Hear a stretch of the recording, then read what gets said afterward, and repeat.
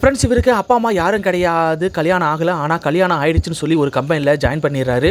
ஒரு நாள் அந்த கம்பெனியுடைய முதலாளி உன்னுடைய ஃபேமிலியை பார்க்கணும்னு கேட்டதால் ஒரு பொண்ணை நடிக்க ரெடி பண்ணி ஹோட்டலுக்கு வர சொல்கிறாரு. அந்த பொண்ணு அங்கே வரல. அதனால் ஹோட்டலில் உட்காந்துருக்க ஒரு பொண்ணுக்கிட்ட ஹெல்ப் கேட்குறாரு. அந்த பொண்ணு மறுக்கிறாங்க. சடனாக அந்த மேனேஜர் வந்ததால் இந்த பொண்ணு நான் தான் அவருடைய ஒய்ஃப்னு சொல்லி சமாளிக்கிறாங்க. முதலாளி நாளைக்கு வீட்டில் ஒரு பார்ட்டி வச்சிருக்கேன், உன்னுடைய ஒய்ஃபை கூப்பிட்டுட்டு வந்துன்னு சொல்லிட்டு அங்கேருந்து போயிடறாங்க. ஆனால் இந்த பொண்ணு ஒத்துக்க மாட்டேங்கிறாங்க.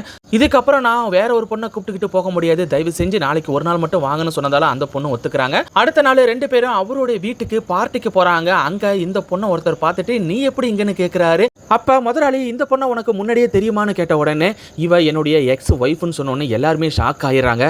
அந்த முதலாளி இங்க என்ன நடக்குது முதல்ல எனக்கு உண்மையை சொல்லுங்கன்னு கேட்டதுக்கு அப்புறமா அவரு நடந்த எல்லாத்தையும் சொல்றாரு. இதெல்லாம் கேட்ட முதலாளி நீ பண்ணது அவ்வளோ பெரிய தப்பு கிடையாது, ஆனா நீ பண்ண தப்பால உனக்கு இப்போ ஒரு நல்ல லைஃப் கிடைச்சிருக்கு, இந்த பொண்ணையே கல்யாணம் பண்ணிக்கன்னு சொல்றாரு. இதெல்லாம் கேட்ட அந்த பொண்ணுடைய எக்ஸ் ஹஸ்பண்ட் அங்கே இருந்து போயிறாரு. அதுக்கப்புறமா இவரு அந்த பொண்ணு கிட்ட லவ் ப்ரப்போஸ் பண்றாரு.